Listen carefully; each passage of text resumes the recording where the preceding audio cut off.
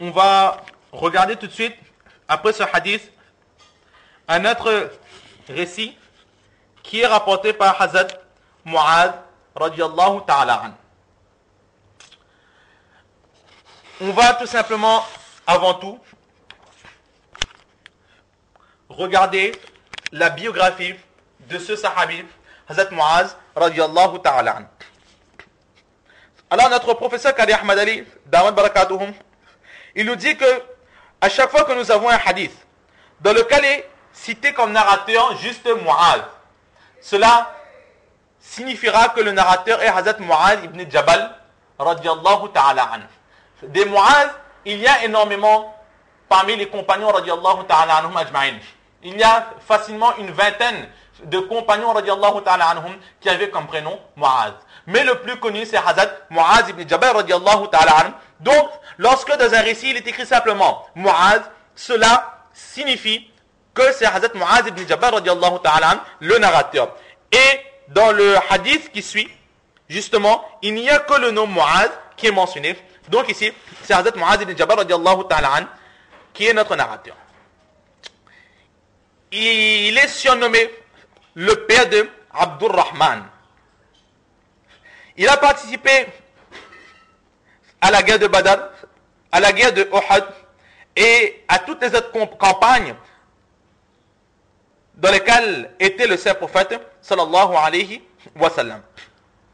Lorsque le prophète sallallahu alayhi wa sallam il a fait l'hégire, il a créé un pacte de fraternité, d'amitié entre les Mécois musulmans et les Médinois musulmans, les Ansar et les Muhajir. Alors, Hazrat Mu'adh ibn Jabal radiyallahu ta'ala an, il a eu comme frère Hazrat Abdullah ibn Mas'ud radiyallahu ta'ala an. Il a accepté l'islam à l'âge de 12 ans simplement. Et nous pouvons dire énormément de choses sur Hazrat Mu'adh ibn Jabal radiyallahu ta'ala an, mais on va essayer d'être très court et citer simplement quelques récits que l'on a pu avoir au sujet de Hazrat Mu'adh ibn Jabal radiyallahu ta'ala an. Tout d'abord, c'était un très grand connaisseur du Coran. Le prophète sallallahu alayhi wa sallam, il a dit, si vous voulez apprendre le Coran, si vous avez des questions à poser sur le Coran, alors prenez le Coran de 4 personnes. De Hazrat Abdullah ibn Mas'ud radiyallahu ta'ala an, de Hazrat Ubay ibn Ka'ab radiyallahu ta'ala an, de Hazrat Salim, l'affranchi, de Hazrat Abu Huzaifa radiyallahu ta'ala an, et de Hazrat Mu'adh ibn Jabal radiyallahu ta'ala an. Donc nous voyons que notre narrateur est un très grand connaisseur du Coran. Il y a aussi un autre récit dans lequel nous avons certainement déjà entendu un récit qui est récité dans les khutbahs du Jumma, dans lequel le prophète sallallahu alayhi wa sallam il dit Arhamu ummati bi ummati Abu Bakr, que le plus clément, le plus doux dans les gens de ma communauté, c'est Hazrat Abu Bakr Siddiq radiyallahu ta'ala anhu. Et le hadith qui continue que celui le plus juste, c'est Hazrat Omar radiyallahu ta'ala anhu. Celui qui a le plus de pudeur en lui, c'est Hazrat Osman radiyallahu ta'ala anhu. Et ça continue.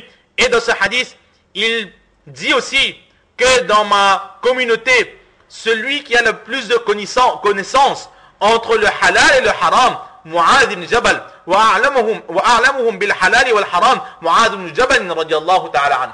Donc, c'était aussi un juriste, il avait la connaissance du halal et du haram comme personne d'autre n'avait.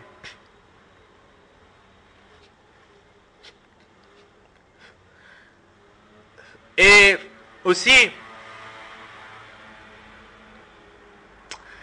dans l'époque même du saint prophète sallallahu alayhi wa sallam, il y avait justement certaines personnes qui se permettaient d'enseigner des maslas, de donner certains fatwas, etc.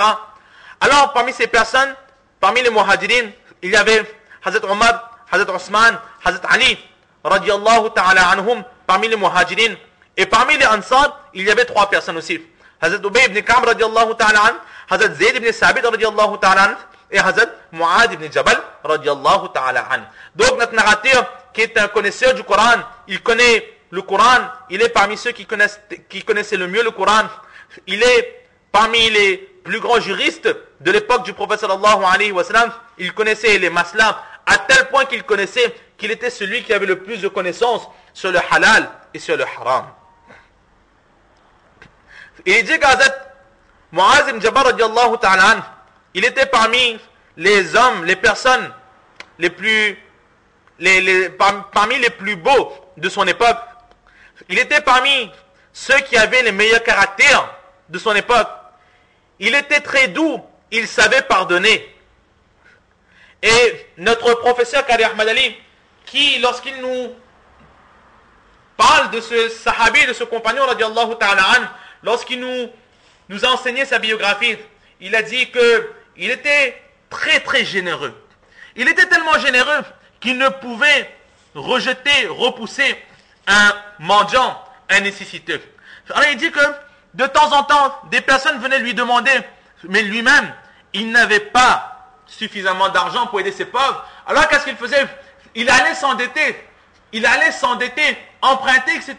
pour aider les mendiants, pour aider les nécessiteux, les pauvres. Là était sa générosité. Mais au fur et à mesure qu'il s'est endetté, il n'a pas pu rembourser sa dette. Alors, ses créanciers sont venus le voir et il a dit que je n'ai pas de quoi vous rembourser. Les créanciers sont partis se plaindre au prophète sallallahu alayhi wa sallam. Il dit qu'au prophète d'Allah, ton compagnon Hazrat Muaz ibn Jabal radiallahu ta'ala anhu, il nous doit, mais il ne veut pas nous rendre, alors fais justice. Le prophète sallallahu alayhi wa sallam, il a appelé Hazrat Muaz ibn Jabal radiallahu ta'ala anhu, lui a demandé la raison de cet endettement. Et là, il a dit que je me suis endetté pour venir en aide aux nécessiteux. Le prophète sallallahu alayhi wa sallam, il a dit que la clémence d'Allah subhanahu wa ta'ala descendra sur la personne qui pardonne la dette de Hazrat Muaz ibn Jabal radiallahu ta'ala. Et lorsque la clémence d'Allah subhanahu wa ta'ala atteint quelqu'un, alors c'est la réussite pour cette personne. Il dit que certaines personnes ont accepté de pardonner Hazrat Muaz ibn Jabal radiallahu ta'ala, mais d'autres ont refusé de pardonner et ont quand même demandé leurs droits. Alors à ce moment, le prophète sallallahu alayhi wa sallam, il a récupéré tous les biens qu'avait Hazrat Muaz ibn Jabal radiallahu ta'ala et il l'a pardonné, il l'a partagé en part entre tous ses créanciers, mais il est dit qu'il n'a pas eu suffisamment d'argent pour rembourser tous les créanciers. Juste 5 septièmes de la dette a été remboursée, il manquait 2 septièmes à rembourser que Hazrat Muaz ibn Jabal radiallahu ta'ala n'avait pas en sa possession. Et grâce à Hazrat Muaz ibn Jabal radiallahu ta'ala par cette histoire, nous avons un masla qui ressort, c'est le masla de la personne qui est endettée, qui doit, mais qui par la volonté d'Allah subhanahu wa ta'ala se retrouve sans rien, il fait faillite, il ne peut plus faire face à ses créanciers. Alors à ce moment, que faire? Comment rembourser ces personnes? C'est ce que, par cette histoire et par d'autres récits aussi, et dans les livres de masla que nous voyons, c'est ce qu'on appelle le masla de Iflas. Ensuite il dit, le prophète sallallahu alayhi wa sallam, il a une fois appelé Hazrat Muaz ibn Jabal radiallahu ta'ala an, il a dit, oh Muaz, j'aimerais t'envoyer en tant que gouverneur au Yémen, afin que tu les enseignes l'islam et que tu fasses régner la paix dans cet endroit. Alors réfléchis et donne-moi la réponse. Lorsque le Hazrat Muaz ibn Jabal radiallahu ta'ala, il retrouve le prophète sallallahu alayhi wa sallam, il refuse la proposition du prophète sallallahu alayhi wa sallam. Le prophète sallallahu alayhi wa sallam renouvelle cette proposition. Il dit que j'aimerais bien que tu ailles au Yémen en tant que gouverneur. Cette histoire s'est répétée en plusieurs fois, mais à chaque fois, Hazrat Muaz ibn Jabal radiallahu ta'ala, il a refusé cette proposition. Ensuite, une autre fois, il rencontre le prophète sallallahu alayhi wa sallam, et là il dit, oh Muaz, Allah subhanahu wa ta'ala t'a donné l'ordre d'aller au Yémen en tant que gouverneur. Il dit que Hazrat Muaz ibn Jabal radiallahu ta'ala, il est rentré chez lui, et en très peu de temps, il a réuni toutes ses affaires, il s'est présenté devant le prophète sallallahu alayhi wa sallam, il dit, oh prophète d'Allah, je suis prêt pour partir au Yémen. Et là, le prophète sallallahu alayhi wa sallam lui dit, oh Muaz, depuis le temps que je te dis que tu dois partir au Yémen, tu as toujours refusé.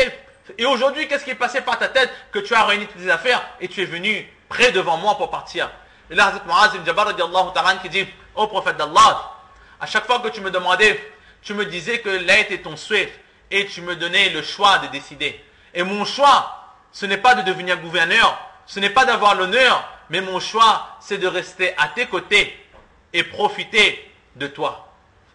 Mais lorsque tu m'as dit que c'est l'ordre d'Allah subhanahu wa ta'ala, alors je n'ai plus eu de choix. Ce n'est plus moi qui choisissais, mais Allah il a décidé, Allah il a ordonné, je me dois d'obéir. Et c'est pour cela que j'ai accepté et maintenant je suis prêt pour partir au Yémen. Alors à ce moment le prophète sallallahu alayhi wa sallam il dit, oh Muaz, viens, je t'accompagne jusqu'à la frontière de Madina, je t'accompagne jusqu'à la fin et ensuite tu iras vers le Yémen. Et là dans ce récit le prophète sallallahu alayhi wa sallam il a donné de très précieux conseils à Hazrat Muaz radiallahu ta'ala anhu. Et là, en tant que, par respect pour le nouveau gouverneur du Yémen, le prophète sallallahu alayhi wa sallam dit à Muaz radiallahu ta'ala anhu, reste sur le chameau et c'est moi qui prends la corde de ton chameau et c'est moi qui le fais avancer. Muaz radiallahu ta'ala anhu, par respect pour le prophète sallallahu alayhi wa sallam, il a refusé et il a dit, non, toi, au prophète d'Allah, assieds-toi sur mon chameau et c'est moi qui marcherai à pied. Le prophète sallallahu alayhi wa sallam il a dit, oh Muaz, je te donne l'ordre cette fois-ci aussi de rester sur ton chameau et c'est moi qui emmènerai ton chameau jusqu'à la frontière. Une fois arrivé à la frontière, Hazrat Muaz radiallahu ta'ala anhu qui dit que c'était la séparation avec le prophète d'Allah. Je m'efforçais comme un enfant qui quittait ses parents de ne pas pleurer. Mais lorsque je suis descendu de mon chameau pour prendre le prophète sallallahu alayhi wa sallam une dernière fois entre mes mains, c'est là qu'il a dit des phrases où il a dit, oh Muaz, peut-être que l'an prochain, lorsque tu reviendras, tu ne me retrouveras pas. Peut-être que lorsque tu viendras, tu passeras devant ma mosquée et devant ma maison, mais tu ne me retrouveras pas. Et là, c'était la douleur et la souffrance pour Hazrat Muaz radiallahu ta'ala anhu. Il a compris que dans cette année, le prophète sallallahu alayhi wa sallam quitterait cette terre pour retourner vers la demeure éternelle auprès d'Allah subhanahu wa ta'ala. Et là, il est